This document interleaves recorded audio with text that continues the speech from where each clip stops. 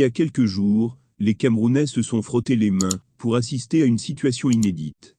En effet, pour la première fois dans l'histoire du Cameroun, un ministre d'État a failli être arrêté en fonction. Cela ne s'est jamais produit, et c'est donc un fait sans précédent, qui a fait la une des journaux.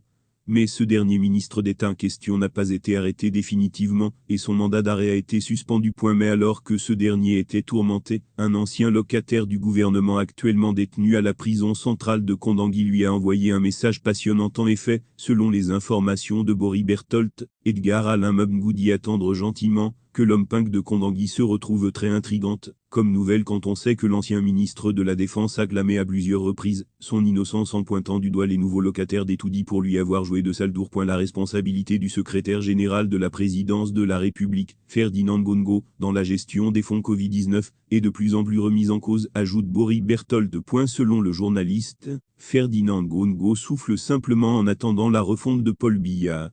Et ceux qui savent comment fonctionne Paul Biya, c'est toujours comme ça qu'il fonctionne. Il vous calme, il vous tourmente psychologiquement, il vous humilie, et puis il vous arrête. C'est le schéma de l'opération Épervier.